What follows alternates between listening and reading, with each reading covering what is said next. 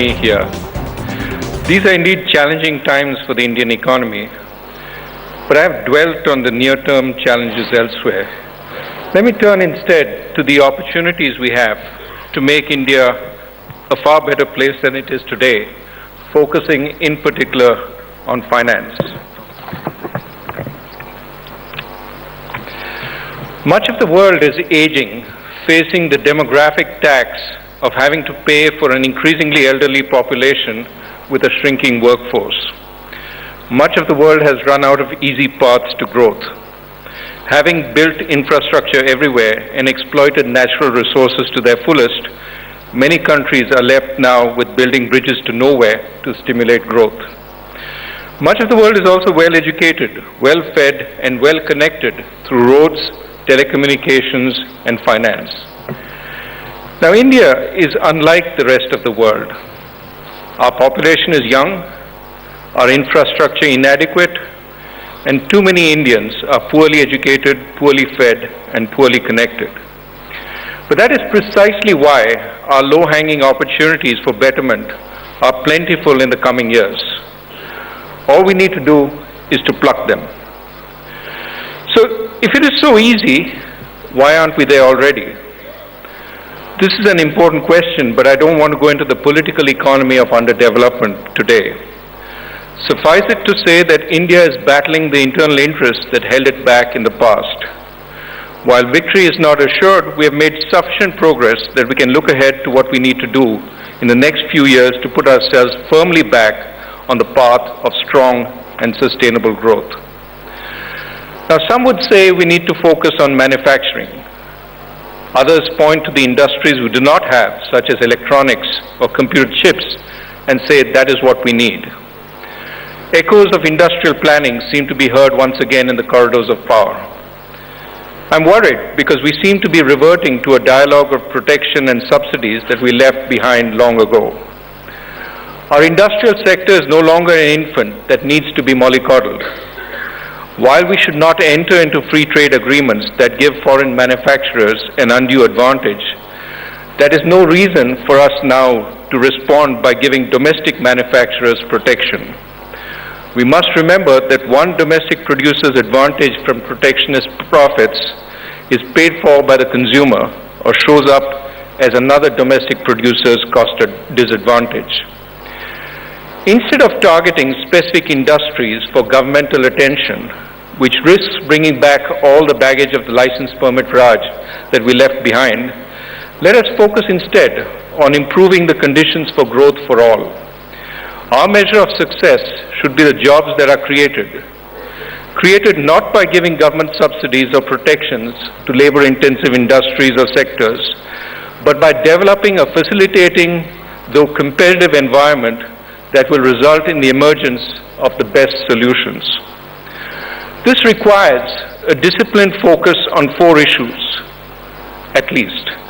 Number 1, we need to improve the quality of our infrastructure, especially the logistical support and power that industry and services need. Grand plans are on the anvil, such as the Delhi-Mumbai Industrial Corridor. We need to complete such projects on time and within budget. The success of the New Delhi Metro suggests that timeliness and cost control are not foreign to the Indian psyche. Second, our youth need education and training for the jobs that will be created. Some of this will be higher degrees, not just computer science, but also design or civil engineering or even the fine arts. Some of it will be appropriate vocational education that teaches them to be good plumbers and electricians rather than unemployable, low-skilled engineers. Teaching our citizens can be a stepping stone to teaching the world. India can be at the forefront of providing mass technology-enabled education laced with appropriate human inputs to the rest of the world. Third, we need better business regulation. This does not always mean less regulation, but it means regulation that is appropriate to the objective and that is enforced. I'm told today that factories in one state are still required to have a snake trap on the factory floor by law, a law that has not been changed since the days that factories were surrounded by jungles. This lack of change may be sheer inertia, but it also may be more sinister rent-seeking. All too often, we have too much regulation on the books and too little regulation in practice, with the worst of the regulated finding unscrupulous ways around the regulation, while the honest are stymied. We have strong labor laws in theory that are meant to protect employees, but in practice, we have a very flexible system with no incentive for firms to invest in their workers or to hold on to them, and no loyalty towards the firms from workers. This needs to change if we are to have more skilled manufacturing jobs. And number 4, we need a better financial system which will finance the needed infrastructure and the expansion of every producer, ranging from the kirana shop owner to the industrialist, even as it allows households to save safely with positive real returns, to insure themselves against health emergencies or old age costs, or borrow at low cost to finance consumption. Importantly, the financial system should not require constant subsidies to bail it out. In the rest of this talk, I want to focus on what we at the Reserve Bank are doing to improve the financial system. We plan to build the Reserve Bank's developmental measures over the next few quarters on 5 pillars. These are: first, clarifying and strengthening the monetary policy framework; second, strengthening banking structure through new entry, branch expansion, encouraging new varieties of banks, and moving foreign banks into better regulated organizational forms; third, broadening and deepening financial markets and increasing their liquidity and resilience so that they can help allocate and absorb the risks entailed in financing India's growth; 4, expanding access to finance to small and medium enterprises, the unorganized sector, the poor, and the remote and underserved areas of the country through technology, new business practices, and new organizational structures, some of which you see around you displayed in this conference. We need more and better financial inclusion. And number 5, and perhaps an important aspect at this time, we need to improve the system's ability to deal with corporate distress and financial institution distress by strengthening real and financial restructuring as well as debt recovery. Let me elaborate a little on these measures before concluding. We are among the large countries in the world with the highest consumer price inflation, even though growth is weaker than we would like it to be. Much of the inflation is concentrated in food and services, though yesterday's WPI numbers suggest there's some in intermediate goods also. Our households are turning to gold because they find financial investments unattractive. At the same time, many of your clients, many industrial corporations, are complaining about high interest rates because they cannot pass through their higher costs into higher prices for their products. We can spend a long time debating the sources of this inflation, but ultimately inflation comes from demand exceeding supply. We need to reduce demand somewhat without having serious adverse effects on investment and supply. This is a balancing act which requires the RBI to act firmly so that the economy is disinflating, even while allowing the weak economy more time than one would normally allow for it to reach a comfortable level of inflation. The weak state of the economy, as well as the good Kharif and Rabi harvest, will generate disinflationary forces that will help, and we await data to see how these forces will play out. No single data point or number will determine our next move. I think the market understands what we are trying to do, but we need a more carefully spelled out monetary policy framework than we currently have. We have a committee currently which is studying this. The Dr. Urjit Patel committee will report by the end of December 2013, and we will take actions following that report. We have already announced measures to free bank branching and to incentivize foreign banks to incorporate domestically. Going forward, we have to give our public sector banks, which are a national asset, the means to improve their competitiveness. Many of them have made enormous strides in the last decade. For instance, the extent to which they have digitized their operations, adopted core banking solutions, is extremely praiseworthy. But because competition in the banking sector is likely to increase in the next few years, our public sector banks cannot rest on their laurels. In the coming months, we will discuss with stakeholders in the public sector banks about what needs to be done to help them improve their stability, efficiency, and productivity. I have said we need to enlist markets. We need to deepen them, we need to make them more resilient, but ultimately we need to enlist them in the aid of banking. Liquid markets will help banks offload risks they should not bear, such as interest rate or exchange risk. They will also allow banks to sell assets they have no comparative advantage in holding, such as long-term loans to completed infrastructure projects, which are better held by infrastructure funds, pension funds, and insurance companies. Large markets will also help, large and liquid markets will help promoters raise equity, which is sorely needed in the Indian economy to absorb the risks that banks otherwise end up absorbing. Rather than seeing markets as being inimical to the development of the banking sector, we have to see them as complementary. Of course, this requires many of you bankers to build on your risk management capabilities so that you can use the markets effectively and safely. In the coming weeks, we will roll out more recommendations of the Gandhi Committee report to improve the liquidity and depth of the GSEC market. Once we feel more comfortable with the GSEC market, we will turn to money markets and then to corporate debt markets. We will introduce new variants of interest rate futures and products like inflation index certificates. Those are already on the anvil, but we'll also look at other products. And we will continuously work to improve liquidity in the derivative markets and foreign exchange markets. We have to reach everyone, however remote or small, with financial services. Financial inclusion does not just mean credit for productive purposes. It means credit for healthcare emergencies or to pay for lumpy school or college fees. It means a safe means of remunerated savings and an easy way to make payments and remittances. It means insurance, it means pensions, it means financial literacy and consumer protection. We have made great strides in inclusion, but we are still some distance from our goal.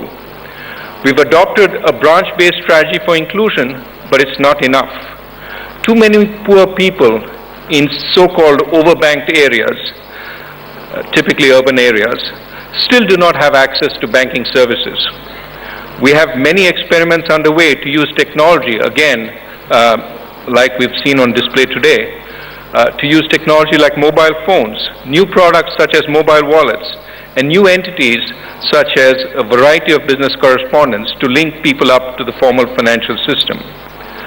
Much as with cell phones, where we created a frugal Indian model, we need a frugal, trustworthy, and effective Indian model for financial inclusion. The Dr. Nachiket More Committee is helping us think through possible models, and I'm hopeful that when we outline measures based on its recommendations, our fine banks, NBFCs, IT companies, and mobile players will create that truly significant and distinct model. At a more detailed level, we have set up committees like the Sambamurthy Committee to advise us on how to expand mobile banking in India through encrypted SMS-based funds transfer in any type of handset. I could go on the details. A number of committees are looking to see how we can harness technology. I should emphasize the need for banks like the ones represented in this room to move beyond simply opening bank accounts as a measure of inclusion to ensuring that poor customers are confident and comfortable enough to use them. Innovation in reaching out to the underserved customer rather than simply posting higher numbers in branches opened or bank accounts opened has to be part of our efforts. And last but not least, we have to deal better with financial distress. The natural and worst way for a bank management with limited tenure to deal with distress is to extend and pretend, to evergreen the loan, hope it recovers by miracle, or that one's successor has to deal with it. The natural incentive for a promoter to deal with distress is to hold on to equity and control despite having no real equity left, and to stand in the way of all efforts to resolve the underlying project while hoping for an act of God to bail him out. Not all promoters and not all bankers succumb to these natural incentives, but too many do. We have to ensure that the system recognizes financial distress early, takes steps to resolve it, and ensures fair recovery for lenders and investors. We could, of course, wish for a more effective judicial process or a better bankruptcy system, but while we await that, we have to improve the functioning of what we have. In the next few weeks, we will announce measures to incentivize early recognition, better resolution, and fair recovery of distressed loans. We will focus on putting real assets back to work in the best use, something the economy sorely needs. Here again, you bankers have a critical role to play by fighting the natural incentives that are built into the system. You have to help those with genuine difficulties while being firm with those who are trying to milk the system. The RBI will help you with every measure at our disposal. Let me conclude. We are going through a period of great cynicism about what India can do. That cynicism does not just permeate the foreign press and their audiences, but also infects our domestic debate. Every policy is greeted with suspicion and scrutinized for evidence of malfeasance. With no upside to making decisions, it is no wonder that decision-making has slowed, and by decision-making I include also the genuine, legitimate process of taking risks in making loans that every banker has to undertake. We have to take those risks. Those risks cannot be viewed from an ex-post perspective based on whether the project succeeded or failed. The solution to this kind of environment, to dealing with it, cannot come through inaction, but through action.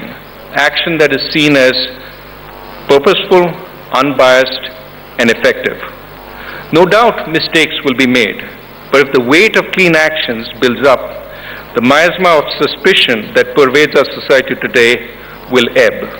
The Reserve Bank of India will play its part in making this happen. Thank you.